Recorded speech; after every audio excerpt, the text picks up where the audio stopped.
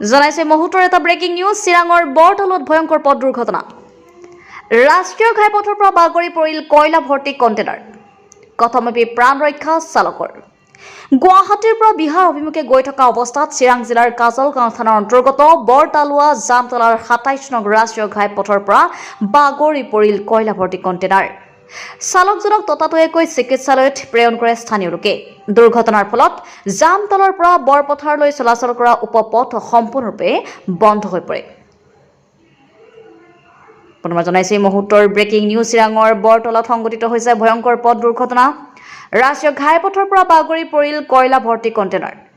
কথমপিহে প্ৰাণ ৰক্ষা পৰে চালকৰ। গুৱাহাটীৰ পৰা বিহাৰ অভিমুখে গৈ আছিল ট্ৰাকখন। চিৰাং জিলাৰ কাজলগাঁও থানাৰ অন্তৰ্গত বৰতালুৱা জামতলাৰ ২৭ নং ৰাষ্ট্ৰীয় ঘাইপথৰ পৰা বাগৰি পৰে কয়লা ভৰ্তি কণ্টেইনাৰ। আৰু দুৰ্ঘটনাৰ ফলত জামতলৰ পৰা বৰপথাৰলৈ চলাচল কৰা উপপথসমূহ সম্পূৰ্ণৰূপে বন্ধ হৈ পৰে। আৰু ইফালে চালকজনক ততাতৈয়াকৈ চিকিৎসালয়ত প্ৰেৰণ কৰে স্থানীয় লোকে।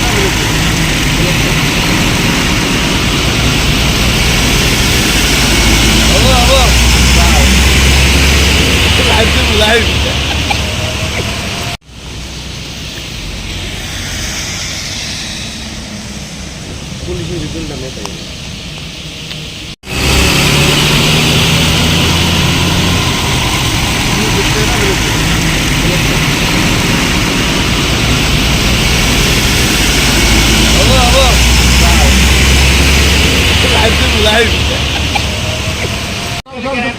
বঙাইগাঁৱৰ পৰা ৰচিদুল হকৰ report, life time news Assam.